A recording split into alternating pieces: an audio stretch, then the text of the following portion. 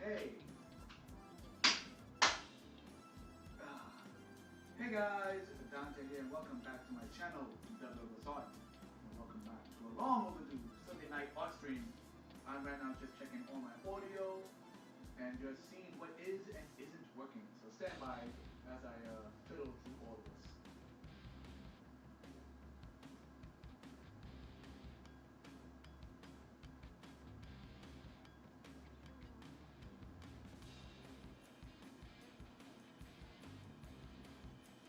Audio sounds weird. It's asking 1 2 1 2. It sounds like I'm too far away.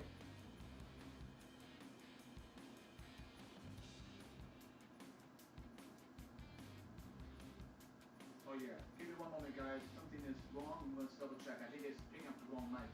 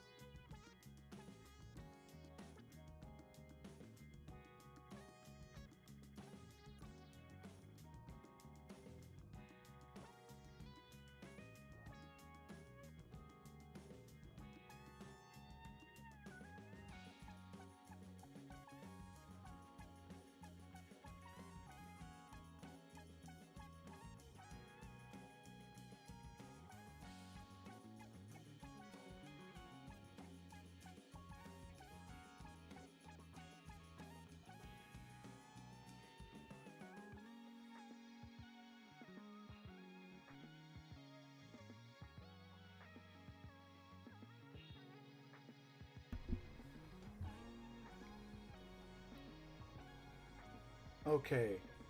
So something's going on, guys, with the audio. Forgive me. I hope you like the background music. Yeah, my microphone's acting funny. I'm trying to plug it in a different location. As you can see today, we are going to be working on some prop painting. These are some foam props I've created, and I just want to do a small painting video, a short painting video, and talk to you about making these props. Bear with me for a minute. I need to find out why none of this is transferring to the proper microphone. So hang in there, guys. I'll be right back once again.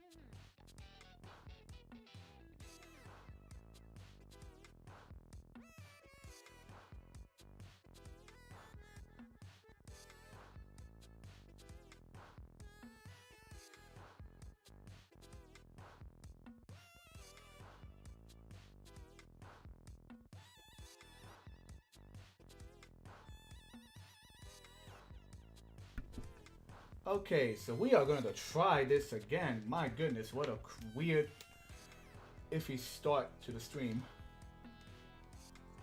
Let's see if that audio is coming in good now, hopefully.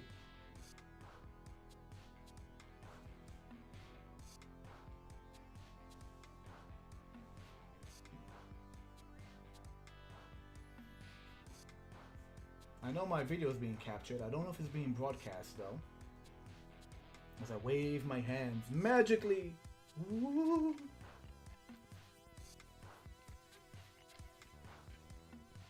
Let's see. Checking audio, checking video.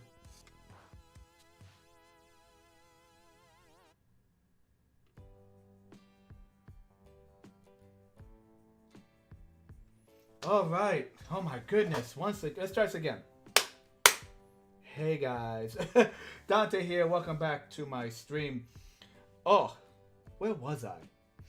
That was a weird, like, the normal setup I have just wasn't working for some reason. The audio just wasn't connecting properly, and then the video kind of went iffy for a minute.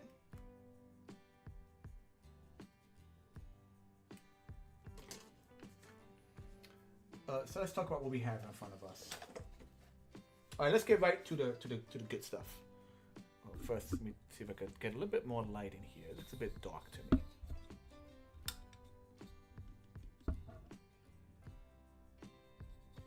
I don't know if this helps. I'll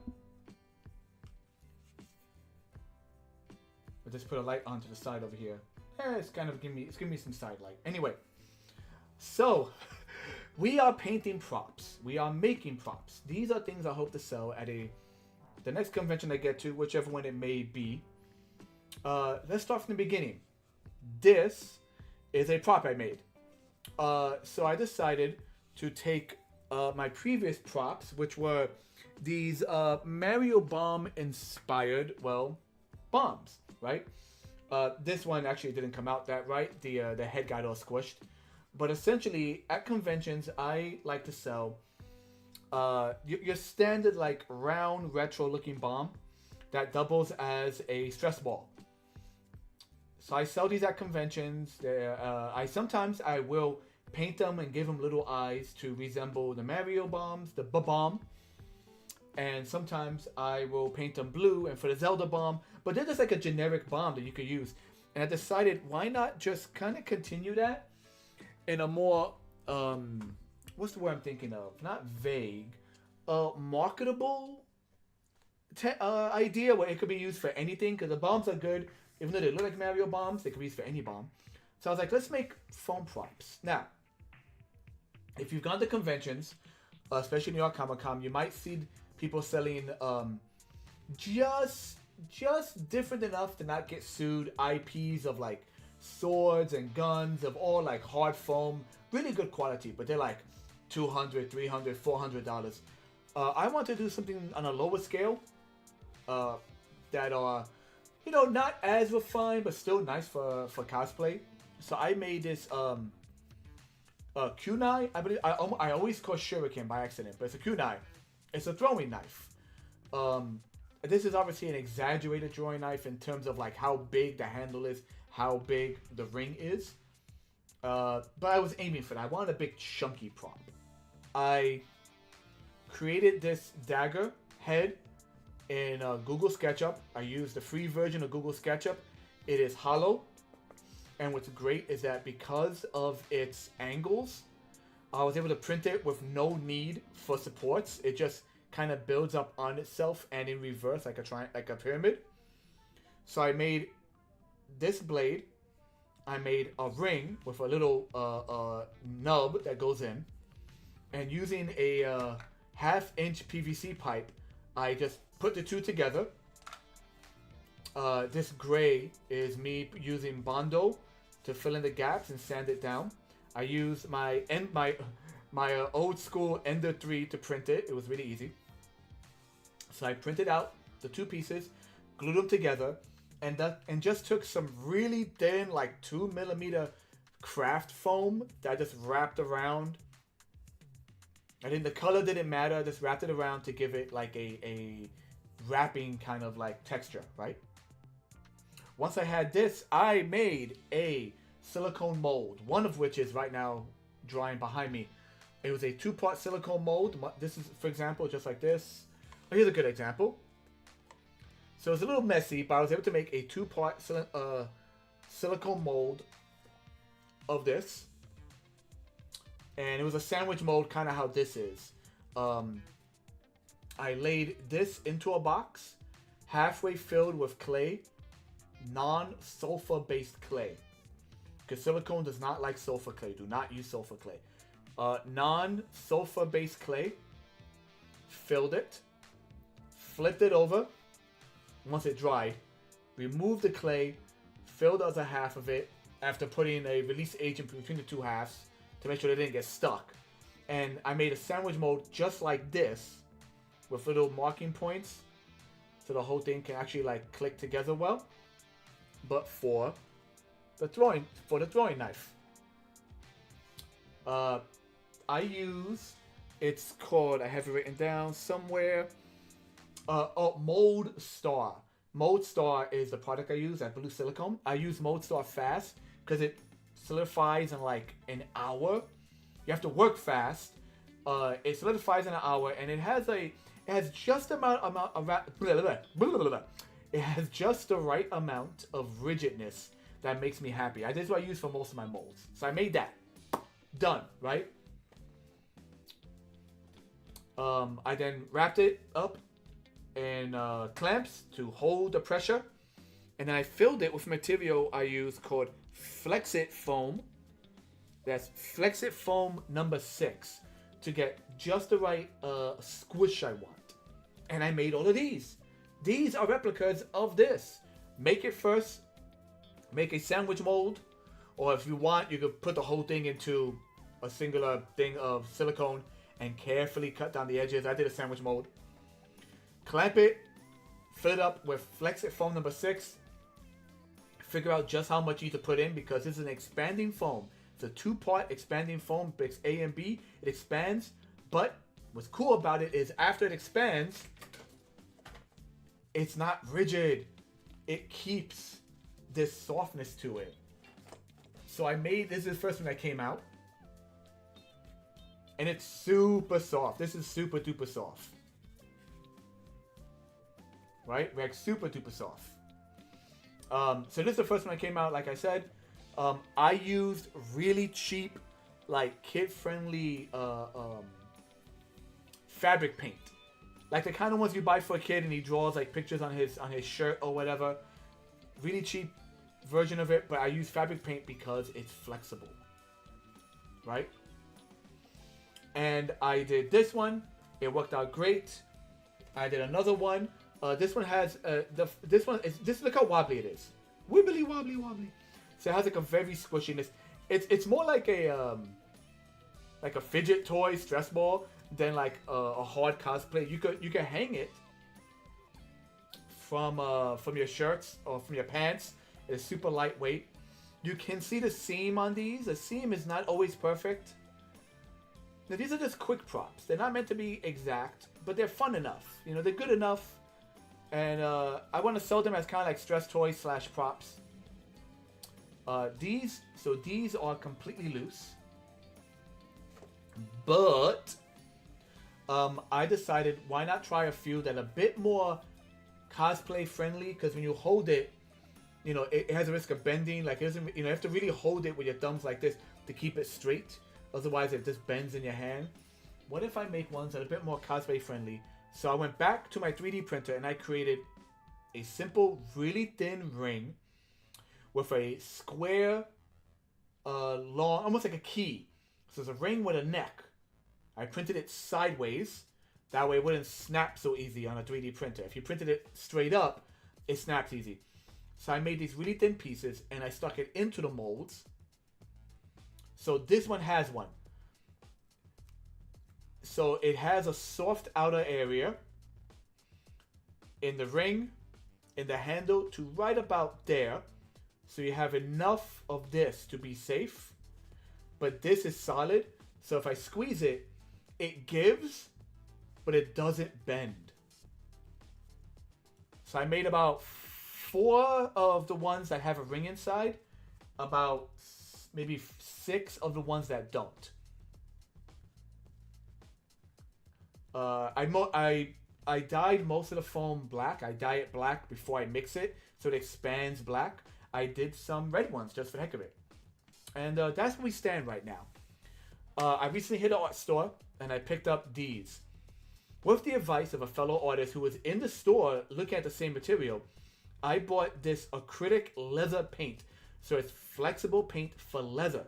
So it sticks to smooth stuff like leather as opposed to fabric like wool, which is perfect for this smooth foam.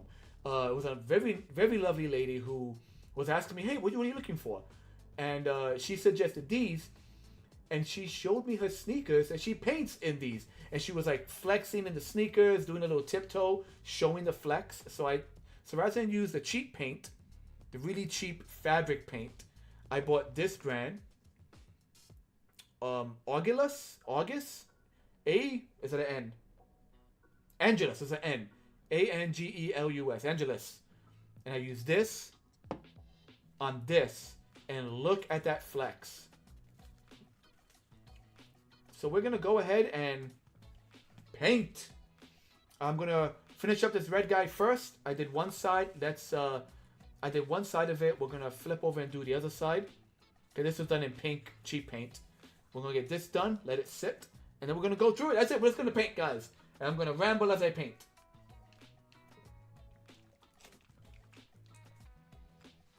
Let me move these out the way for now.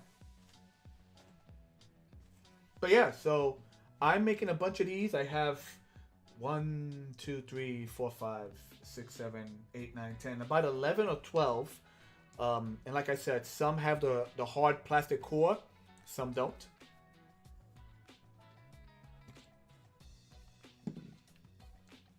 This paint was a little bit more expensive than the cheap stuff I buy, obviously. But it's so opaque, it goes a long way, which is good. That was the real issue. I was using cheap, like kids say fabric paint. That I had to do so many layers, it just wasn't worth it in the long run. So I just used a nice gift card I got from Christmas. Love you, Mom. I got a nice gift card I got from Christmas. And figured, yeah, why not just buy some better quality stuff. Sometimes you gotta do it.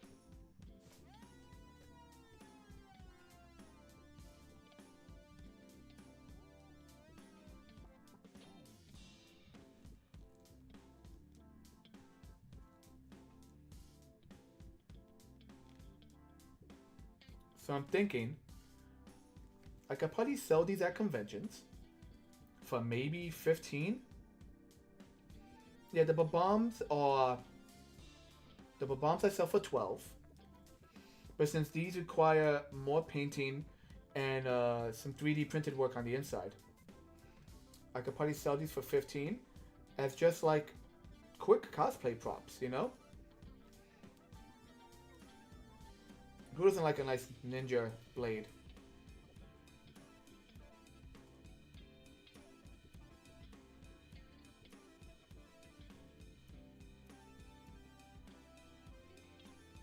I was thinking of making throwing stars as well. But those could be really boring, to be honest, for their design. So I was thinking of doing like smoke bombs, like your basic Coca-Cola can size, like smoke bombs. People, you know, people who dress up in like, you know, all those first-person shooting video games, they might like those. But the cool thing is, smoke bombs on the outside, they do have the color of what the smoke is. So I could probably color in rainbow to make like pride smoke bombs just for the heck of it. So now that I have these paints, and I know how good they are, I could do that. Because in the past, having good paint that would flex with the prop was always the issue. So I would just be like, I could tint this, the foam, and then add small details. But now I know I can add bigger details. The only issue is, actual smoke bombs are about the size of Coca-Cola cans. They're pretty big. So it's a lot of material, so I'm going to have to bump the price up, probably. I was also just doing just basic round grenades, like more like retro style looking round grenades. But I think the smoke bombs with different colors might sell well. I think they're much cuter, rainbow smoke bombs. I just think in general that would just be really cute. So you know, I'm painting that red. Let's do another red. See, this one's floppy.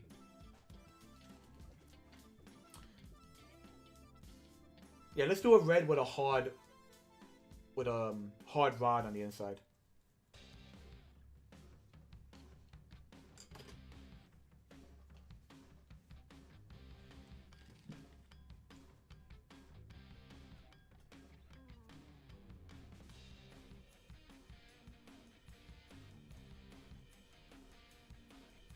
Yeah, even though I might need to do a second coat on this, you know, because I'm painting, you know, red on black, it's still a lot better than the struggle I had with the cheaper paint.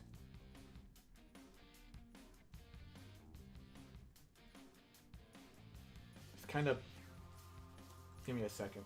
The issue is, I did use a release agent on this, which I normally don't need because it's silicone, and I think it's leaving like a film on it. Like I use like a mode release, and I think it created like a film.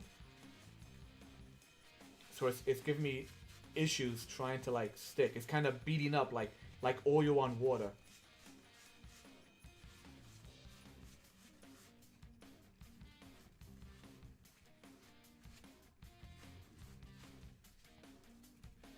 Yeah, maybe that will help a little bit.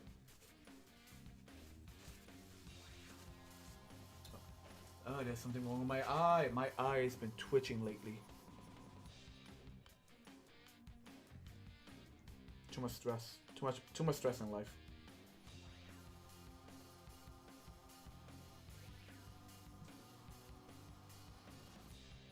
Yeah, it looks a little better.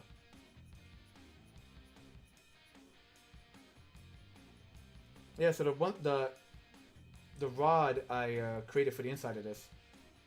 I took a little mathematical, a little brain twitching because I had to like, okay, I took the original ring, and then shrank it down, but then like had to do adjustments so that it was a whole back and forth to make it where it would fit inside but thinner. I couldn't just shrink it because then it would show in the hole. I had to like reduce it in all directions.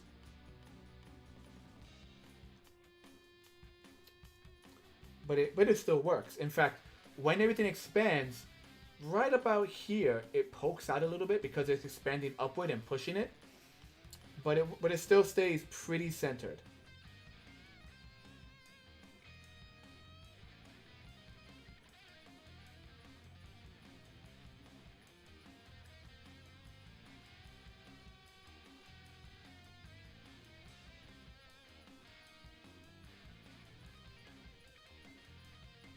Once again, shout out to YouTube's free audio library. It's the official like library for YouTube. That's where I got this music from. So at the very least on YouTube, it won't be flagged. If you're looking for like short songs or ambient music, or even sound effects, YouTube actually has that. It has an audio library that I was like unaware of for many years. You could probably just like, I think you could just go into, if you have go into your like your personal studio, like on YouTube, like when you're on your page, there's like a, you know, what's it called? Like manage your videos. I think there's like a link for it there.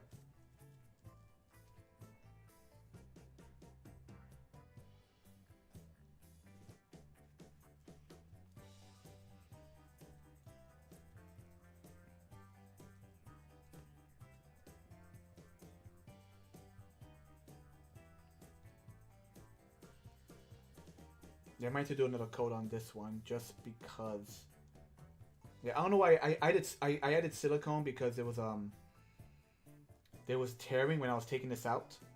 And I added silicone. I added release agent because it was tearing when I was taking it out. And I think it only tore. The reason it tore was because I probably took it out too early. It's a hour handling time, but a 2-hour cure time. And I got way too excited and I tried to like. I try to take it out the mold early to get the next one going. And yeah, be patient. Be patient, people.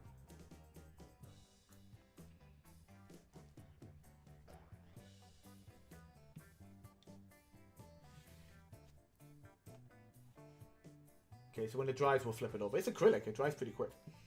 Let's see.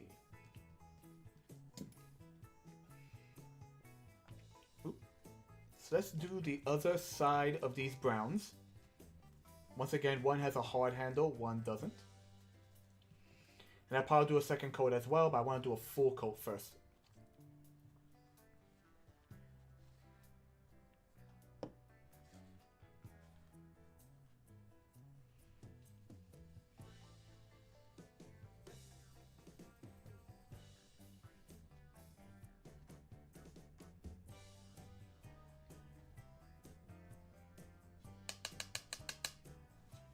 Cleaning my brush off.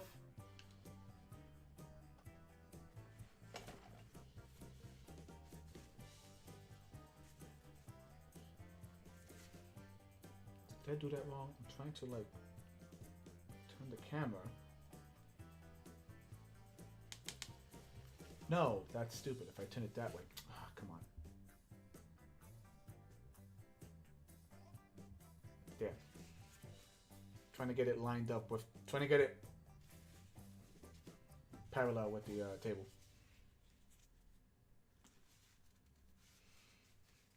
Yeah. So I only grabbed, only of this particular paint, I only got a brown, red, and white. I have enough of the cheap green to like soak this guy like crazy, so I'm gonna keep that guy green.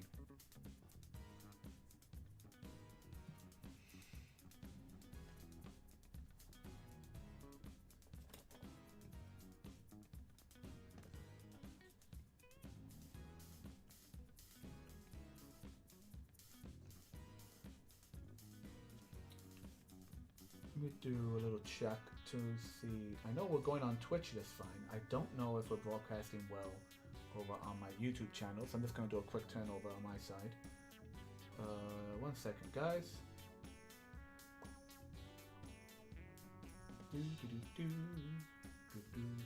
Yep, it says I'm live.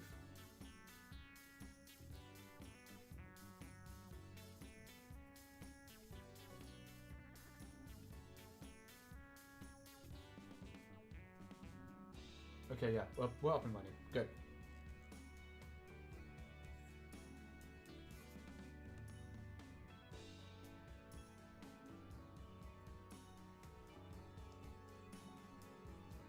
I'm going to definitely buy more of these colors. I need to once again organize. You can kind of see the top. It's a mess here. That's because I went from one project to another. Now that I have used up all of this material, and once I paint them, I could clean off all the artwork, all the art tools connected to that, and probably get back to doing some more white resin casting for another project.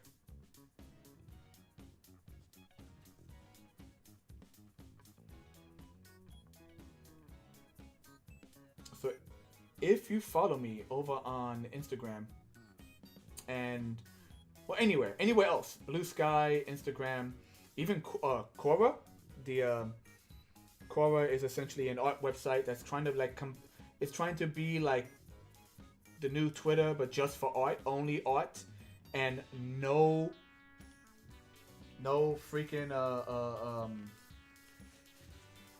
no AI. Quora's main thing is like there's an art website that has a similar interface to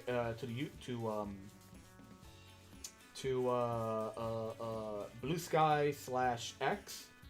In the way that it's like you post and you reply to it in that format. It's a mobile app, but it's art only. It's art all the way down. And if you do follow me there, you might have seen a sneak peek of a puppet I'm working on. So I've been making this puppet for a new project. He's an undead mad scientist. And I have never put so many gimmicks into a puppet before. Like he blinks, his hands, he could grab stuff with his hands. He has his eyes light up. Like I am so proud of him. So I've been slowly working on that. So keep an eye out for that. For now, his name is Dr. Malicious, Dr. Ivan Michael Malicious. That's the name I've given him. And yeah, I don't. All I have left now for him is his outfit. I need to actually like sew together his mad scientist lab coat, but it has to be done a certain way because he's a puppet. So it needs like certain areas where the puppeteer can actually like get in, get their hand all up in there. But yeah, so that's I was doing that for a while. I did that like in a fever, like in 3 days. I just hot glued and stapled and just like mix and matched all these different art mediums just to get him like put together. I was just so like in the zone. I hadn't been that in the zone for a while, and the outcome I think is personally quite spectacular. I think it's great.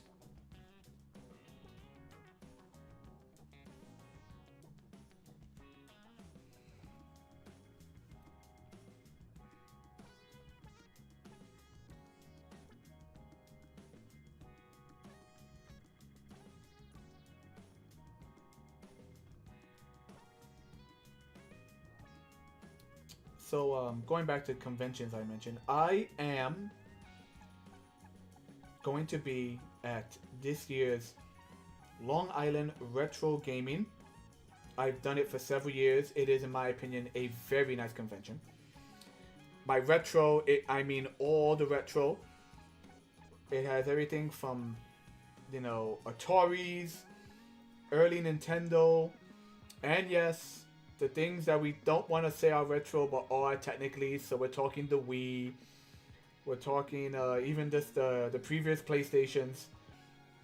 It is a great convention. You can buy a ticket for it and then just play games all day. They have tons of free games, free arcade games, Japanese releases, Japanese arcades, which are physically built differently than American arcades. And this year they say they are expanding the vending areas because they got so many people who want to sell artwork like I do, and you can find old games. I actually bought I think it was Mario Party 8 for the Wii because I got my Wii and I was like, you know what, I got a Wii, I want to play one of these Mario Party games. I got Mario Party 8 for the Wii. It was in the box. I played it with my friends. My first time ever playing that, and I was like, you know what, that's a fun, stupid game to play. But yeah, so I'll be in August, Long Island Retro Gaming. I've applied for Brooklyn Comic Con, which I usually get a table whenever I apply for it, but this year it's only going to be a one-day event. I guess their vending space got cut down.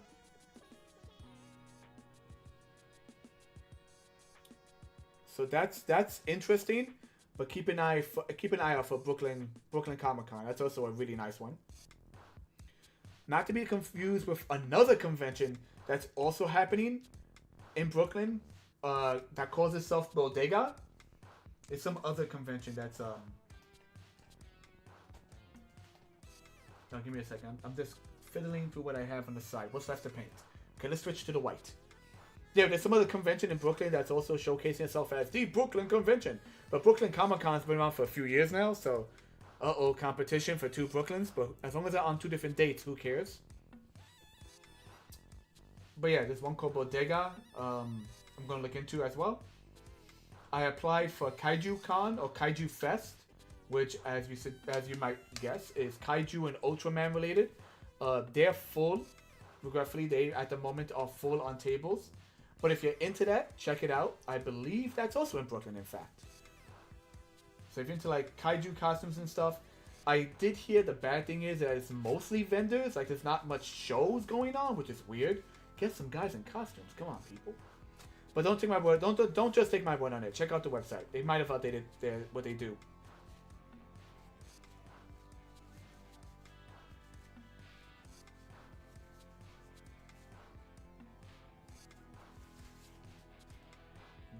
I'm going to switch brushes because there's a little bit of red on this, like I dry out for a bit. But yeah, so there's Kaiju Con or Kaiju Fest. 5 Points, 5 Point Festival. I don't know if they've updated anything on their website. Each year I want to try them out, but every year they overlap with other conventions, which is very annoying. So I want to do one that's all white. And then once I get a nice mixture of black, because this came out ugly, I want to do a black and pink one. This one had a bit of a damage on the side, so I'm thinking I'll paint it black and then add black on the edges and put like black hearts on it. Like really have fun with this one. You know, you could use the paint to help clean up the mistakes.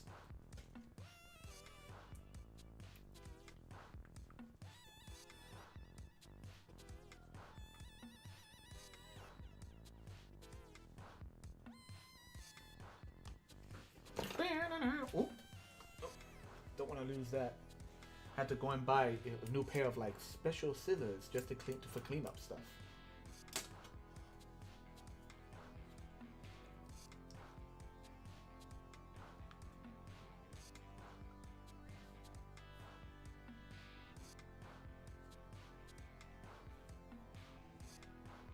So I did this in cheap white, then I went back with the better white, which still needs another layer to be honest.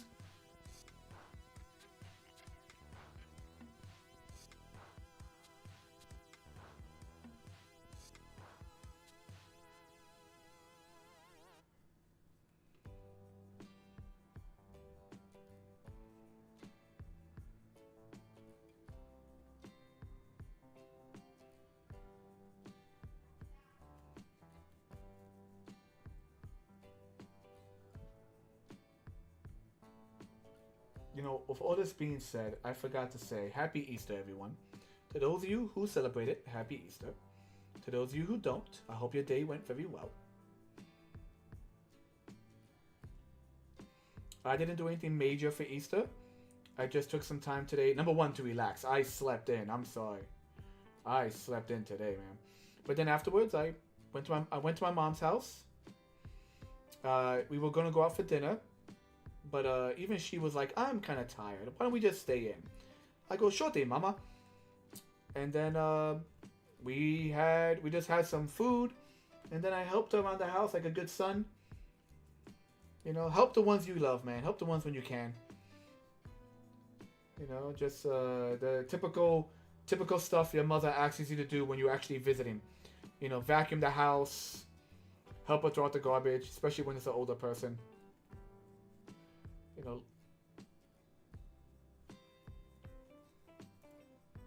Take care of the ones you love, even when they drive you nuts.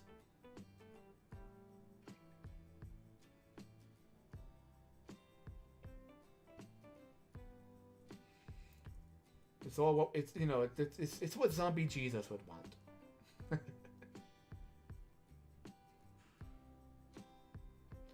Man, could you imagine if someone just bit the bullet and did that? Made like a movie where the first part of it comes off like like a Ten Commandments kind of like dramatic telling of the story, but then it just completely turns when Jesus ends up being like a horrible zombie and it becomes like a zombie film. Like just a complete like 180 in genre.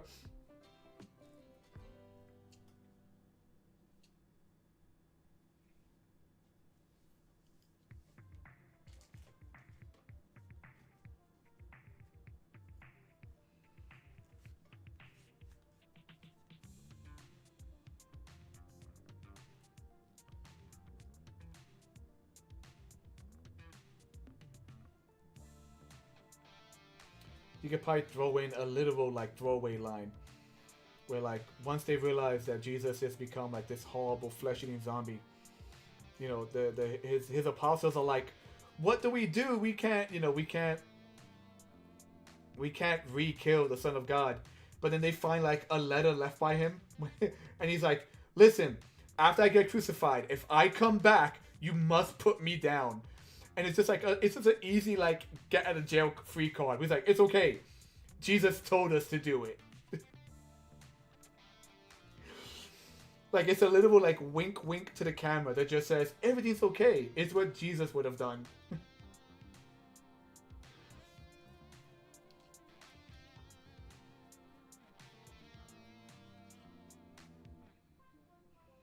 You're not. I wouldn't say go as far as to put like modern guns and stuff in it because you think zombie film, you think machine guns and whatnot, but you could just fudge it a little bit. Like one guy has an automatic crossbow, just enough to like kind of make it an action film, even though they're still fighting with like the tools of the time.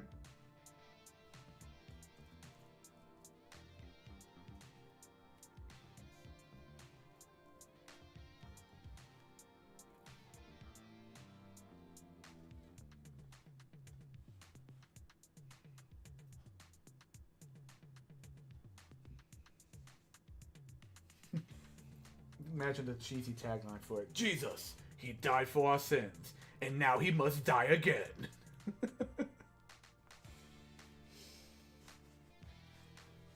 That's like a real like grindhouse vibe. Why am I cleaning this brush? I still got one more white wrap to do. That definitely has like a true like grindhouse vibe to it. You know what? Just make it a trailer. Make it a grindhouse trailer. That should work just fine.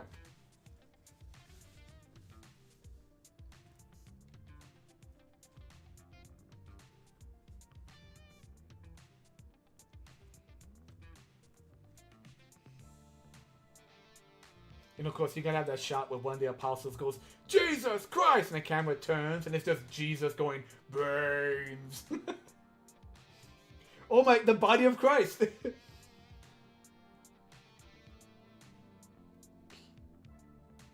like you can literally have like an apostle like say a throwaway line where it's like, It's like we should have seen it coming. Like he always talked about eating the flesh of other people, including himself. We totally should have seen this coming.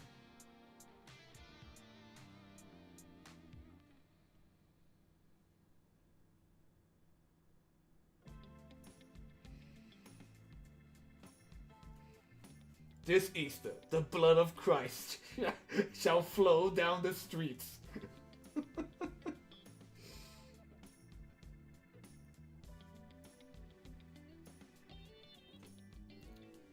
They find the apostle who betrayed, because I think, I don't know if it's actually in the Bible, but many depictions in films, the one traitor of the apostles is usually seen as he hangs himself. I think at least in the old movie he did. In like the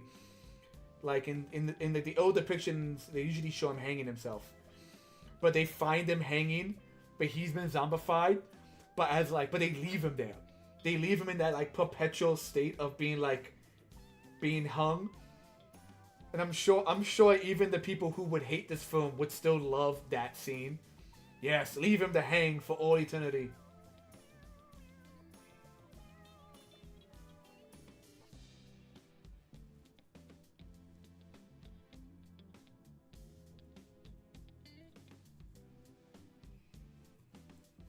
I'm sure someone's gonna comment. If anyone does watch this, I'm sure I'm gonna get some hate comments in the bottom. Forgive me. It's just I'm so used to like internet humor. Not even internet humor. Like look at the Grindhouse films. That was way before internet, and that was still those kind of like the original Grindhouse films. Not not the actual one that was called Grindhouse by Quentin Tarantino, but the ones that like inspired it. The true like schlock. It was always out there, and we love it.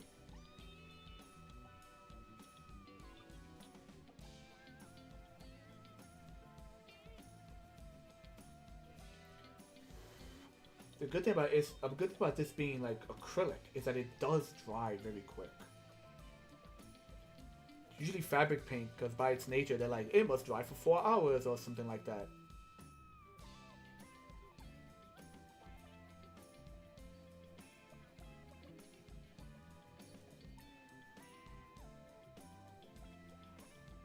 Okay. So, I have this green one. Ooh. Let me... I'm not using my wireless. I'm using my plug-in headphones. So I don't want them to knock over the good paint.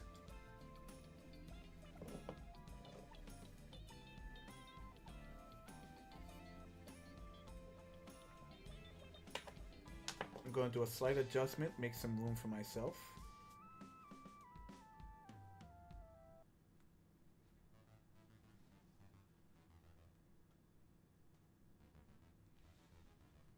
There we go. Because I could paint this guy, and you won't see it, but I'll hang it off the side of the table right here, which is what I've been doing for these. Just use whatever tool I have and just kind of hang it. And I'm lean over. Oi, oi, it's meal. Don't get old, people. Don't get old.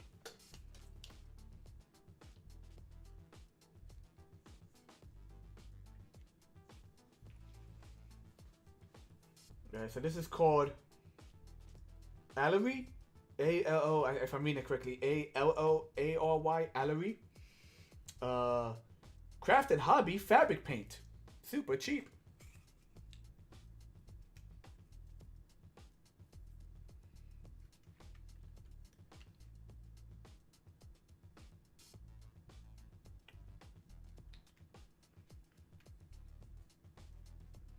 I do like the shade of green.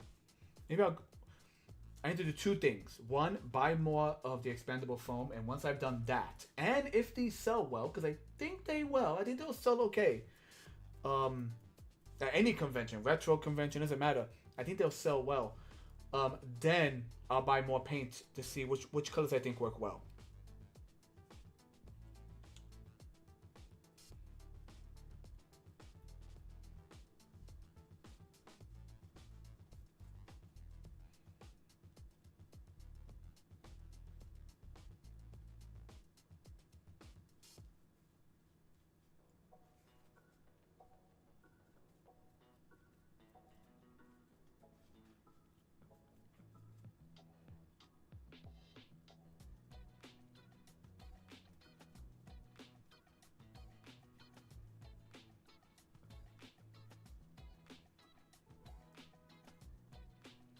Yeah, I cleaned my workspace of projects I wasn't doing.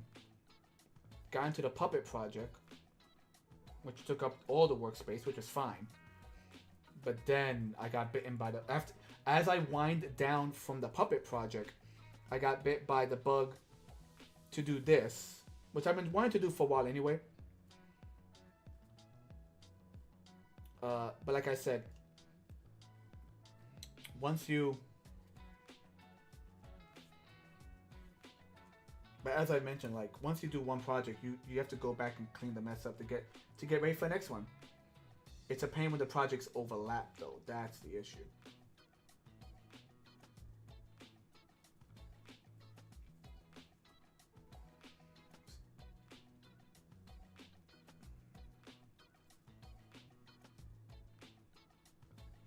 Sorry, I'm probably not getting a lot of this on camera. Because he's being iffy. Okay. Okay. I'm gonna hang him now. Okay, I can't do both sides while it's wet. Like I can't hold one side and the other while it's wet.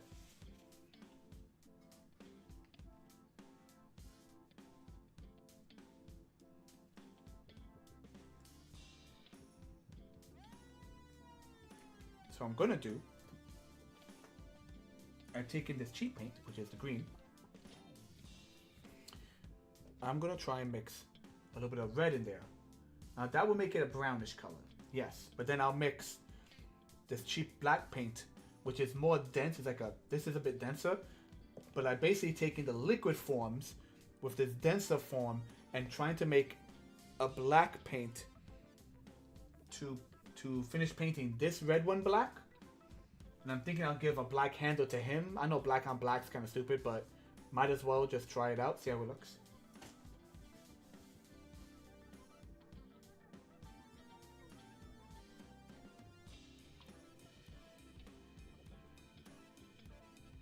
I need to change my water soon.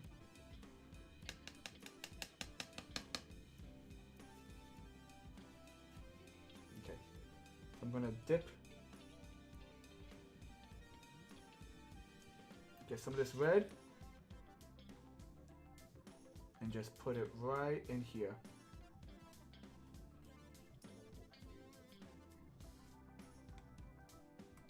Yeah, this is fire red. There was red and there was fire red. Hey, fire. Good. And then I'm gonna mix a little bit. Come on.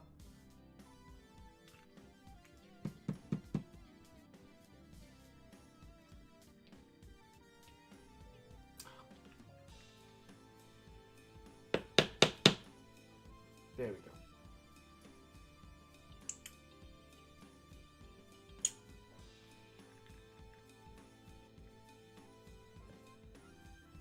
Where's my... I'll just use this. Let's stir it together. Yeah, the red and the green definitely come out way more of a brown color. Let's see if we can mix more black in there.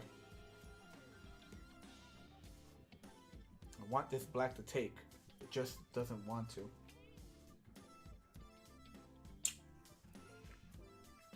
Okay, it's hard to paint with this black because it's so chunky. It's so it's like molasses. So I'm trying to mix it with the more liquid colors. But it's just coming out brown.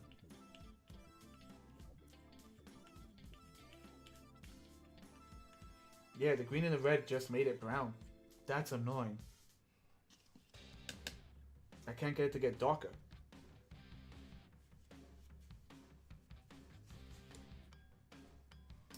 Yeah, even with me adding this. Let me clean this red off.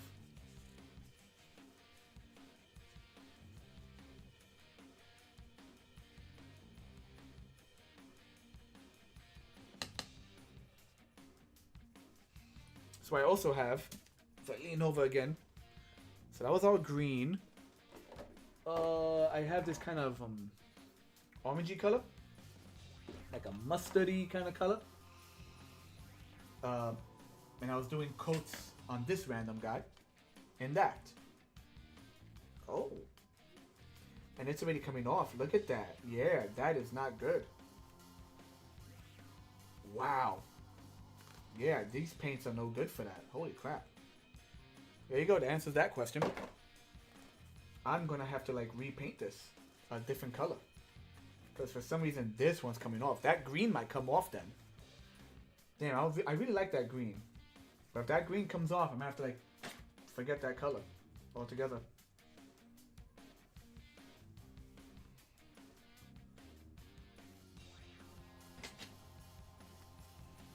Yep, look at that. It's just chipping off.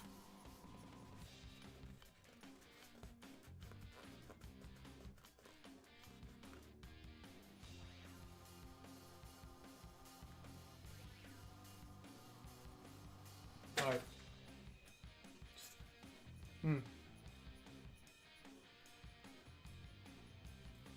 So if that's the case, should I just do another brown then? So because I have a brown, I have two whites. I could just do another brown. Or another red.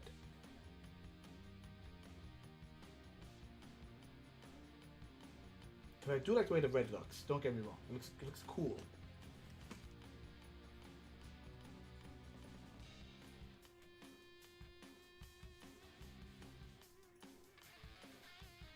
Alright, let's go for brown. Let's go for brown. We're using the good paint.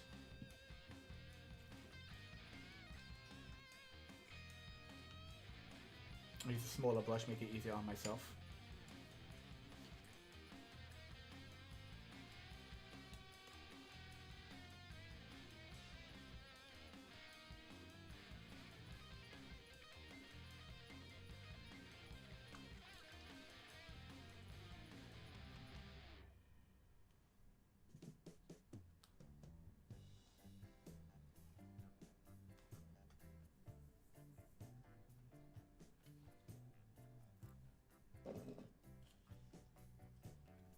I'm gonna throw this out. Yeah, because that's a mixture of two different paints, and it's probably gonna come out messed up if I use it. That brown, the dark brown we just created.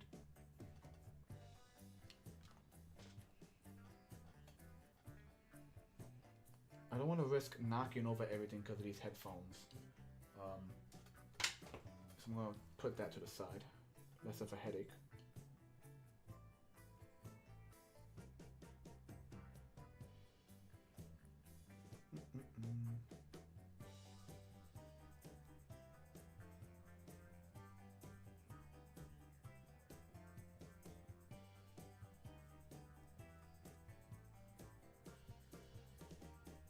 Oh, I just love how well this particular paint works. Yeah, I think because I used the mold release, which is a spray that coats the inside of a mold to make it easier to remove whatever you're making a copy of. You don't really need it with silicone. Silicone is pretty forgiving in flexing and releasing whatever you have inside. You would use it for a urethane rubber. So you use mold release on urethane rubber. Urethane rubber pretty much is like a rubber band material. I used to use it all the time, but it also over time hardens and gets a little brittle like a rubber band. The good thing about urethane rubber as a mold is that if you're someone who uses Roma Plastilina, which is sulfur based, it don't care. It does it just it will make a mold just fine. But if you're using Roma Plastilina and then try to, of a sculpture and then try to make a mold of silicone, the silicone does not cure. It just becomes like a goopy mess, and just you waste a lot of material. You waste a lot of money and material on that. So one works better than the other. But like I said earlier, I tried to use the release agent because I was getting some weird results while taking these out the mold. But it leaves a film. It leaves a really thin film on it, and I fear it's on some of these. It was just nope. Not gonna hit. We're not gonna take this paint. It's like I call it Ziploc furniture. When you go to an old person's house and all the furniture is covered in plastic, you try to sit on it and you slide right off. Same idea.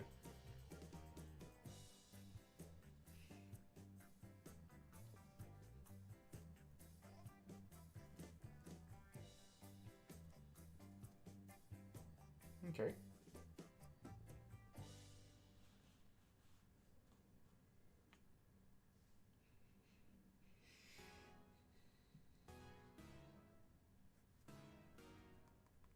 Yeah, like I said, it dries pretty quick. So let's while it's still a little tacky, let's do another coat on the ones we just did. That way we could say at least one side is double coated.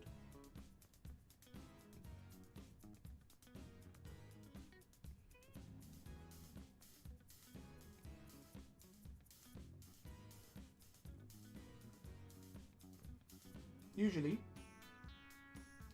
as I slowly start to run out of things to talk about, this is when we switch over to talking about like any new cartoons coming out. We've mentioned before that I think Knights of Guinevere have gotten greenlit, so that's cool.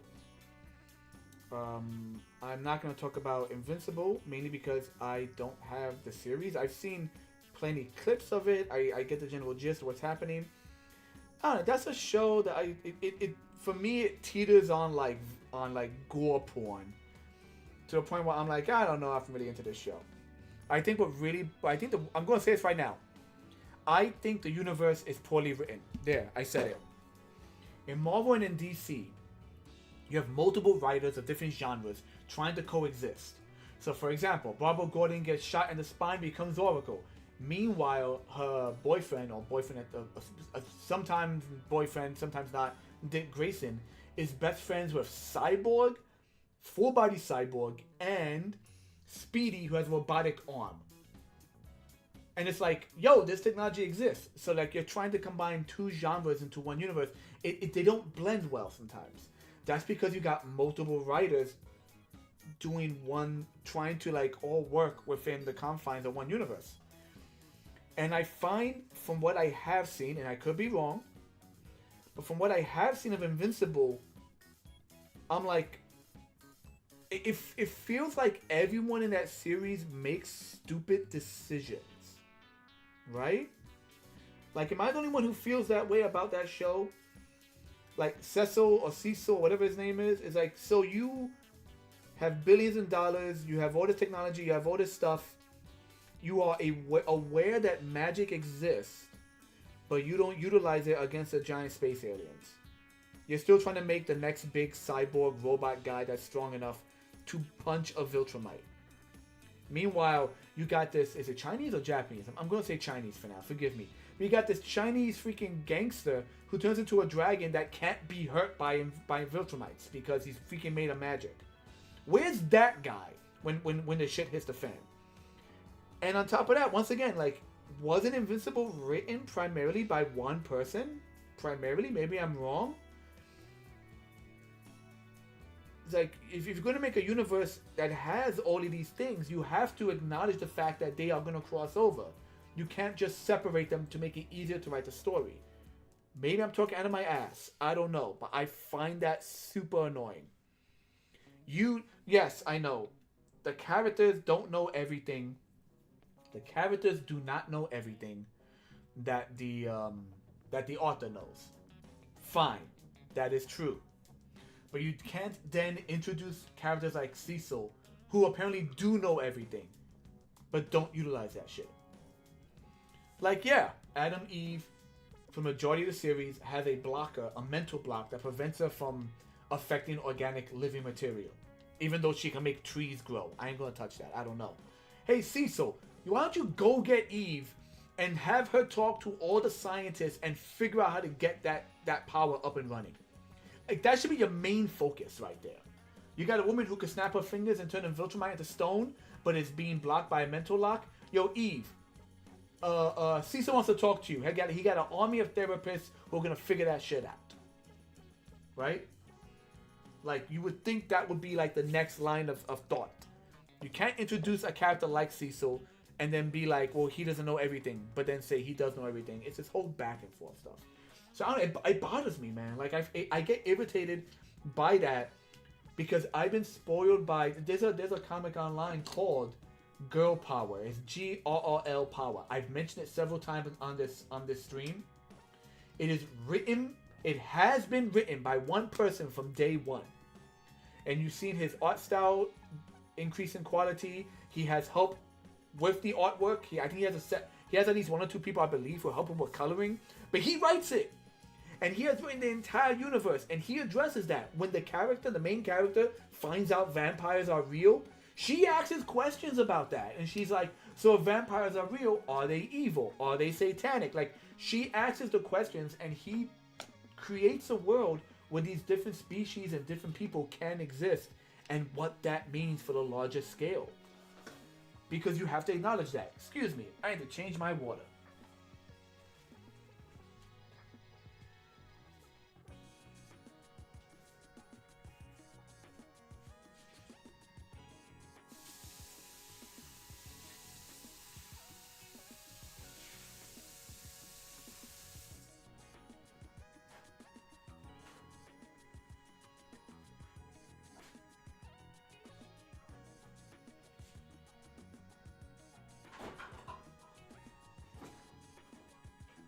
Speaking of water, I'm also going to get myself something to drink.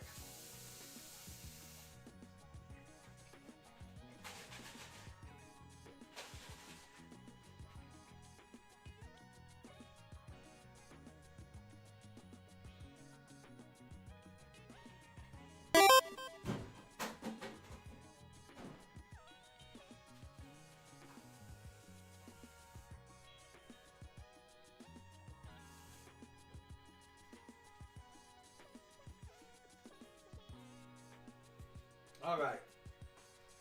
Anyway, yeah, that was my ramble. That's one of the reasons why I can't really get into Invincible. Oh, we got chat. We got a bot, baby! We got a bot in the chat.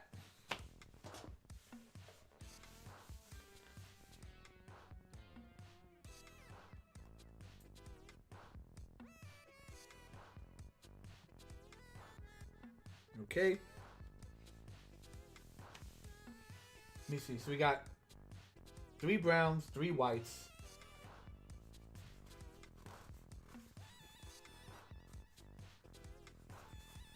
Let's do 3 reds. We're gonna paint right over this, and hopefully it'll stay. We got 3 reds. We're gonna do that right now. Oh, dropping stuff. Hold on. Okay. I'm gonna let this brown dry. Flip it over to the opposite side. This opposite side of red. Yep, it's acrylic. It does well. It's a little tacky. Let's do a red, one side.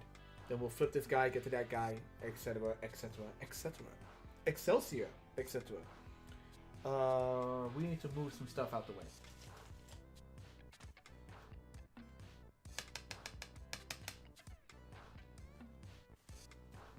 Clean my brush. I got so many brushes, I should really get rid of some of these.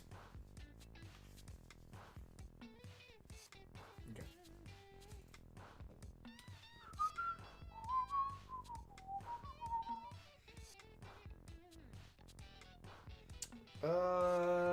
Stand by, people. I need to find a space to put things on top of for now.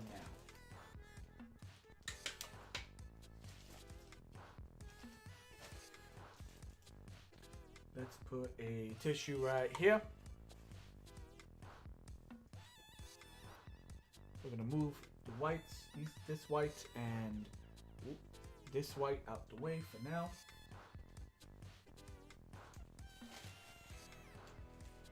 Just to make room for another red.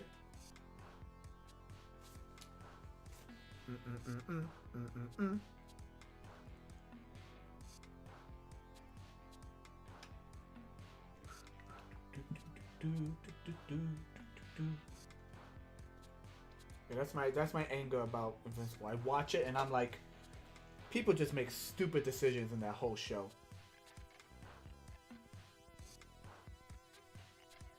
Especially the good guys. I don't know what it is about that show where all the good guys make really dumb decisions.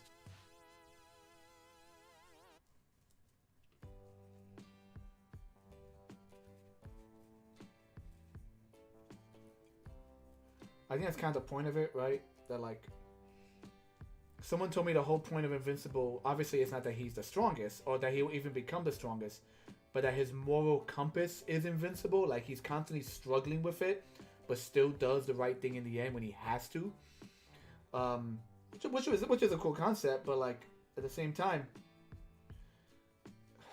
there's this thing where it's like you can't make a character cool by making everyone else lame. That doesn't make the character cool, you know? It just kind of ruins everything else.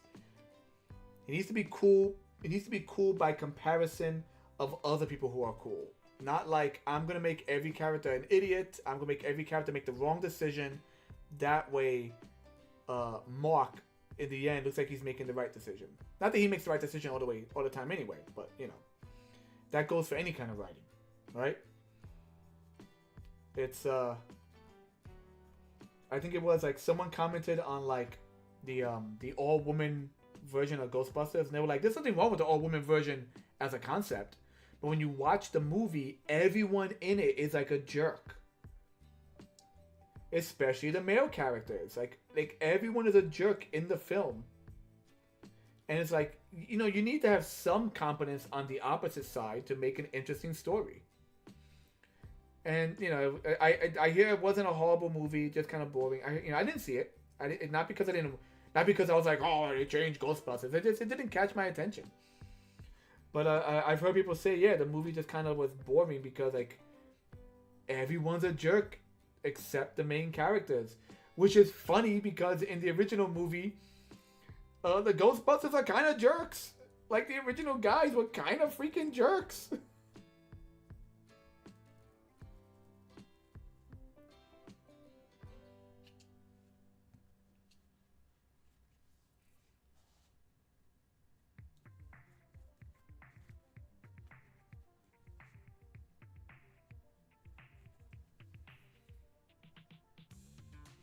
There was also a jerk in the original movie too. His name was Walter Peck.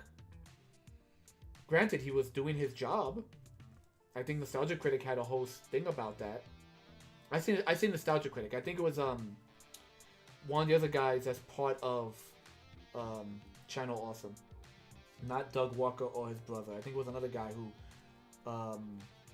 did a script regarding Ghostbusters and being like, yeah, Walter Peck was a bit of a jerk, but he was doing his job, and his job was like, hey, are the Ghostbusters releasing toxic gases into the public? They weren't, but they were also, what was it, what they call it, an unregistered like nuclear device. I forget the exact words they used. Like an unregistered proton accelerator, which by the way is, you know, conceptually freaking scary as hell. Fact is, if you're gonna write a story, you have to make it where people's decisions make sense, unless it not making sense is their entire thing. Otherwise, every decision afterwards just rings hollow. And that's kind of why I just can't get into Invincible. Partly because it's like absolute gore for the sake of gore. It kind of feels that way. And because everyone seems to be pretty dumb.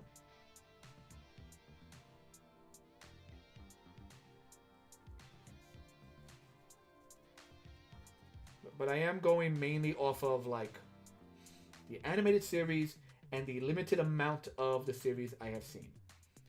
So if I'm completely talking out of my bum, if I'm talking out of my bum completely and don't know what I'm talking about, please forgive me. Maybe I'm just missing the bigger picture.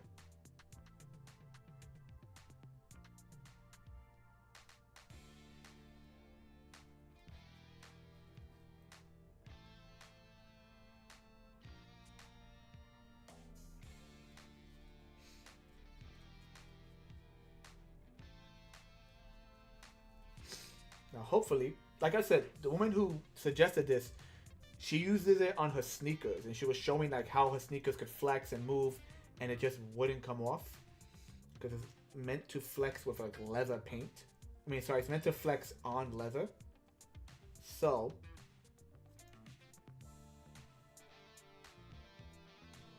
we will see how well this holds up. Does this really need a second coat? No, this one's pretty good. Ooh. Pardon me.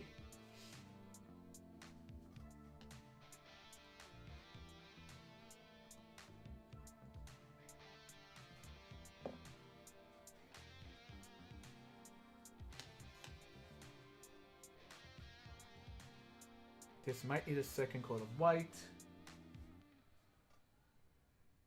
This is definitely going to need it. This one might need it, so one definitely needs it. So what we have left is this, and I was hoping to do like like a black version, right? It just ain't coming out right. It's just not. And with that green we did, looks nice, but because it is the cheaper paint, it might peel off similar to the brown that we just that we're right now coating in red. I really wanted a black and pink one just for the heck of it.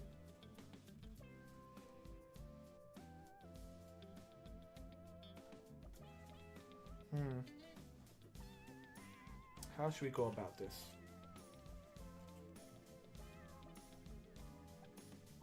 It's called Scribbles, by the way. It's not really acrylic paint.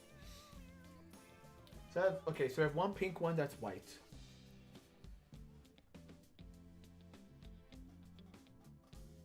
Oh, more like a reddish actually. It's a red that was white. What to do with this? What to do with you? Kind of at an impasse over here.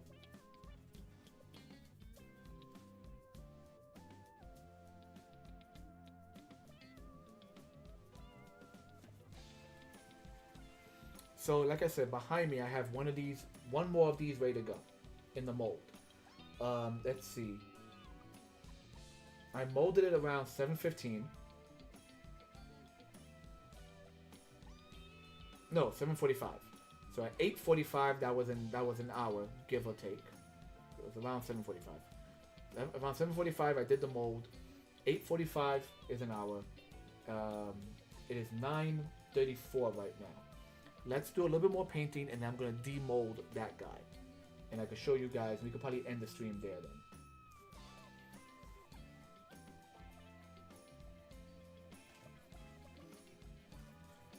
I'm gonna do another coat of white on this one.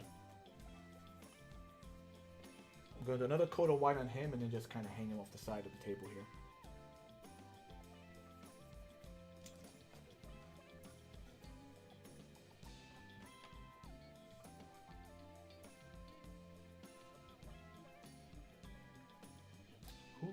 Who are you? I really wanna know.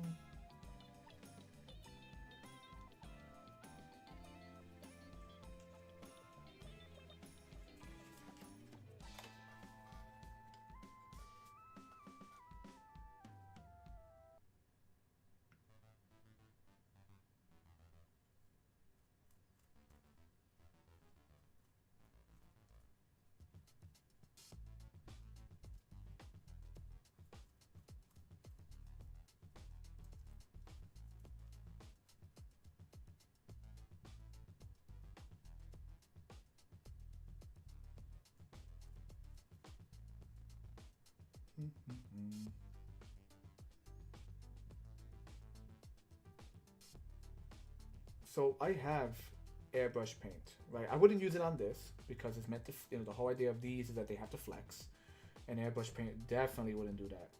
But I have airbrush paint, but it's always such a pain in the butt to get my airbrush to work, right? And this is a struggle I think a lot of people have with airbrush in general. They're like, oh, well, to get the airbrush to work, you have to water down the airbrush paint. And it's like, then why is it airbrush paint if it already needs to be watered down? And then on top of that, if it's watered down, then you're just doing pass after pass after pass. I'm sure there's other techniques I'm unaware of. But when I'm mentioning it because when I'm coloring small objects, I'll paint with the airbrush paint, but I won't use the airbrush. I'll use the airbrush paint because it's so thin, which is like the point of it. It could get into all the nooks and crannies. But sometimes just using a paintbrush is a lot easier than using an airbrush. But I do have some stuff that's kind of bigger in scale that an airbrush would be great for, because you just do a pass right over it. And it's a really like back and forth thing with me. It is, and once again, it's a jack of all trades, master of none. Better than being a master of one, yada yada yada. You know, I'm good at airbrush. I'm not great at airbrush. But I'm good enough where I could do small things. In fact, I could probably do a lot more if my airbrush would just cooperate. Like, you spend 20 minutes trying to get the airbrush to be not clogged. Use it for 10 minutes, then you're back to 20 minutes again.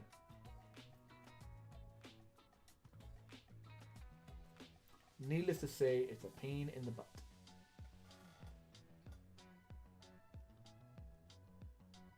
Let's hang that off the edge. Have it hanging off the edge of my table right now. Since I got space on the table here, I'll just paint this one side one more time. Just give it another quick coat.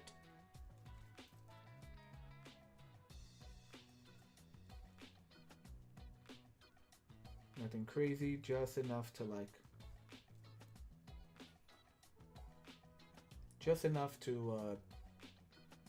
really get rid of the, adjust the opacity. Get rid of that translucent nature of it. Yeah, I'm thinking from now on, I'll probably make these all with the rod on the inside. Unless I see a lot of people like the wibbly wobbliness of this free moving one. But I want to do the rod because, like I said, the rod goes just about here. So I feel it definitely helps reinforce the neck. I always feel there's a risk someone's going to just pull this. I have to tell people, listen, this is, for show. It's for squeezing. It's not a chew toy. Do not yank on it. It is soft foam. I tell people that. I don't want to sell someone a product and it breaks and they're like, why did it break? That's not what I'm here for. I'm not here to steal from people. Make a product. I tell them what the product does and I sell that product. If they don't want the product, then they don't buy it, I'm not here to sell NFTs or some bullshit, I'm here to sell stuff I make that I like to make. And I hope other people would like to have. I make it because it's fun.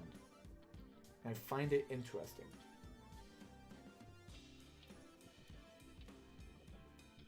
And if I can make money off of it, then huzzah.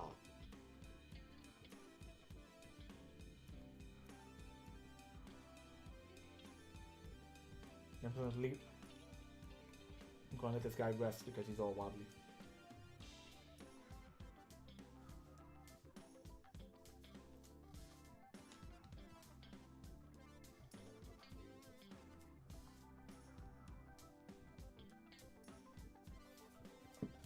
Okay, browns are drying.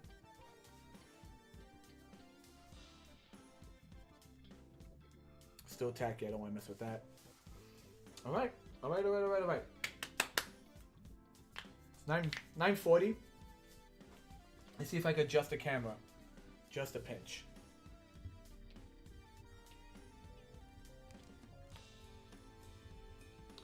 Is that good enough? Let's see if it's good enough. I have to wait a minute to see. Almost.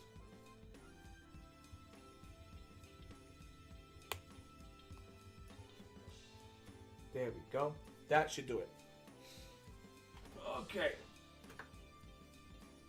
This is the mold. Silicone.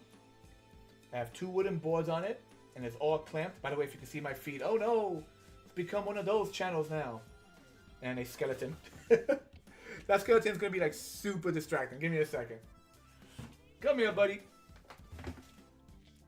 Stand you up. There you go. Anyway. So we're going to pop this open.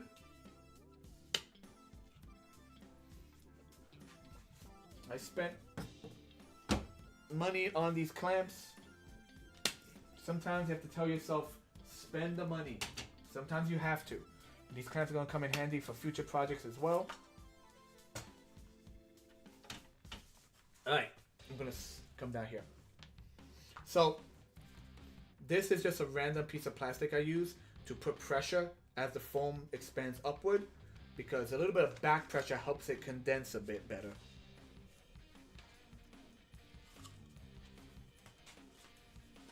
The reason for the multicolor is because I had one type of silicone, a different denser type of silicone, then more silicone.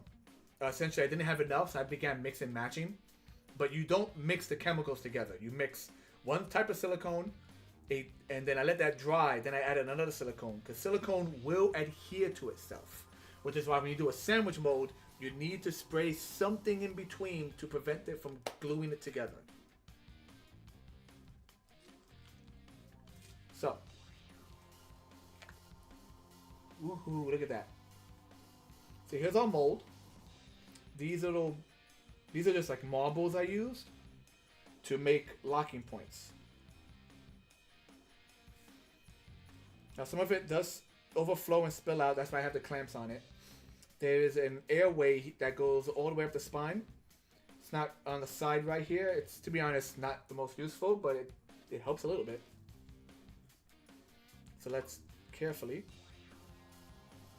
I don't want it to tear, because once again it takes 2 hours to cure. Fully cure, and it's almost 2 hours, so I don't want to overdo it. Come on, let go. I'm trying to be gentle. There it goes. So I'm going to trim this off. Now I don't know if you could see it. There's a little bit of orange right there. I'm waiting to see if it shows up on the camera. That orange, that's the plastic ring. I 3D printed everything in this kind of like orange filament. That's the edge of the ring you can kind of see on the inside. Because when it expands, it pushes the ring upward inside the ring. But that's fine. That tells us it's there. And it's centered. And I'm giving it a little squeeze. It feels like the rod slightly shifted sideways. I can feel it. Yeah, I can feel it right here. But it didn't pop out. So, even though it didn't hang perfectly straight, which I was hoping it would do, doesn't always happen. You know, because when it expands, it pushes against the rod anyway. But, I can squeeze it. I can do this. It's in here to right about there. Just enough to keep strength where the blade reaches the handle. There's a channel here. Like an airway channel I made. Just to help make sure the foam gets where it needs to go.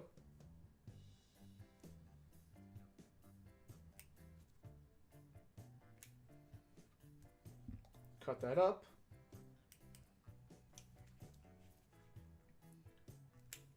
Just gonna cut this off. I can clean it up later. Whoop. This is literally just a miscellaneous garbage from a 3D print.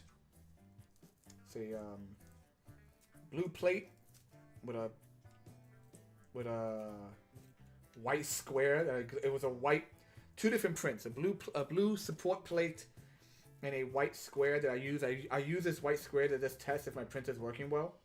I just designed it real quick. I glue them together. They actually slot like pretty well, just right in there, just to give enough back pressure. That's what it's back pressure. Otherwise, it'll just all flow out, and like all the excess foam would flow out, and it wouldn't really condense tight, well enough to act as a prop.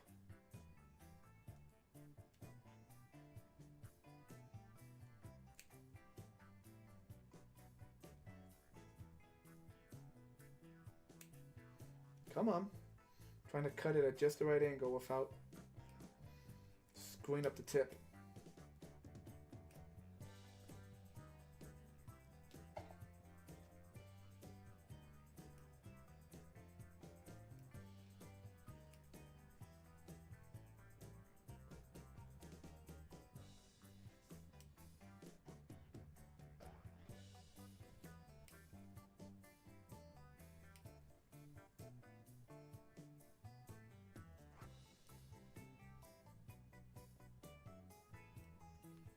As I said, these are not perfect, but still, I think it looks pretty damn good.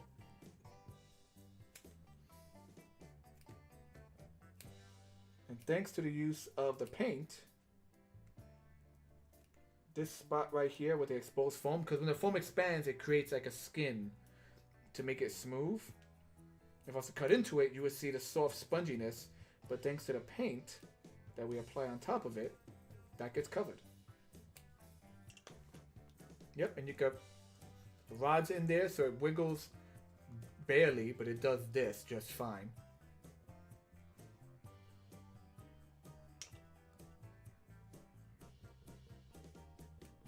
There we go. Okay, I'm gonna put this to the side again. Yeah, it's not the prettiest sandwich mold, not the smoothest mold you're ever gonna see, but it does the job, as you can see. Just realized my gut was in the entire video. Well, not the entire video, but this part of the video. Alright, we are returning.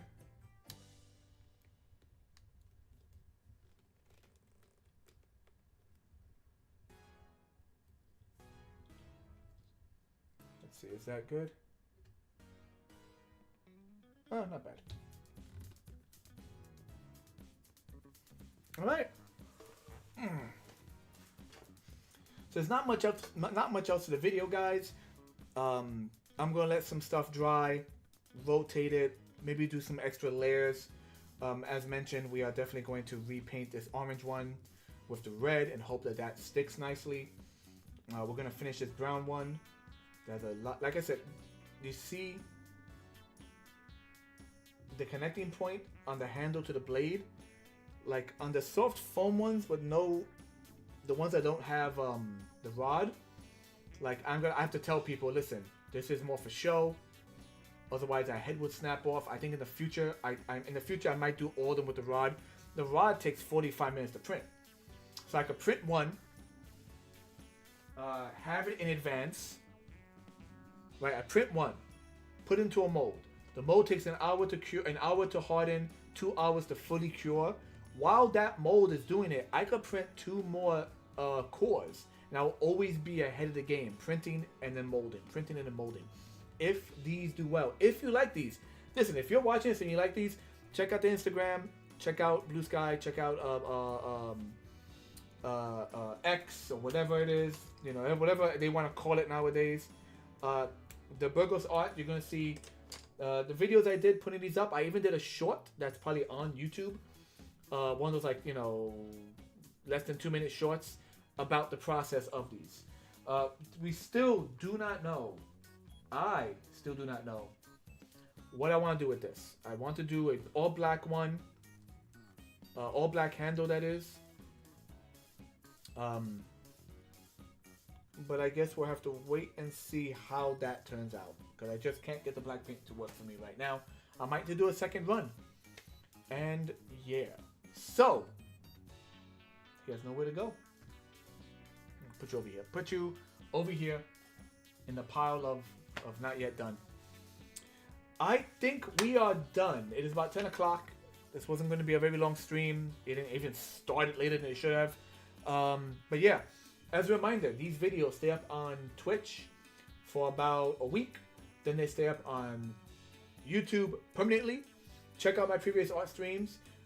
Check out the interns gameplay. I am going to beat that freaking Cyclops unless he finishes his freaking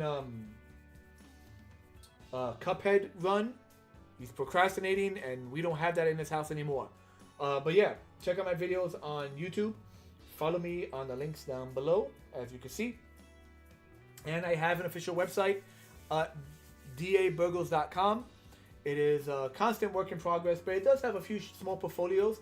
I might put these in there as part of my film and prop portfolio to show like props that I've made for films, because this is prop work if you think about it. And I want to say that's it. So, once again, guys, I am Dante. Like, favorite, share, subscribe, and all that good stuff. And I'll see you in the future. Later.